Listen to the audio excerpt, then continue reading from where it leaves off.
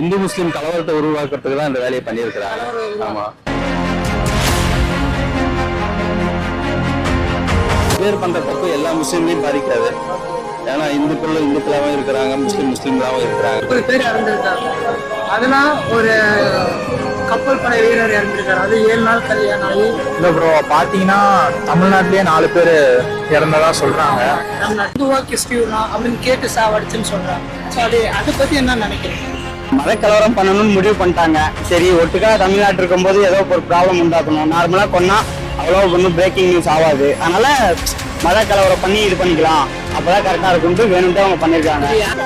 அவங்க வந்து காஷ்மீருக்கு மேக்ஸிமம் முஸ்லிம்ஸ் தான். அங்க இருக்கவங்களும் அவங்க சாகடிச்சிருக்காங்க, இல்லைன்னு சொல்ல முடியாது. இப்போ அவங்க ஹிந்துவா முஸ்லிம் அந்த ஜஸ்ட் இது ரிலிஜியன் வைஸ் ஏதாவது சண்டை வேற இதுல இருந்து ஸ்டார்ட் பண்ணலாம்னு சொல்லிட்டு ஒரு இதுல அவங்க ஸ்டார்ட்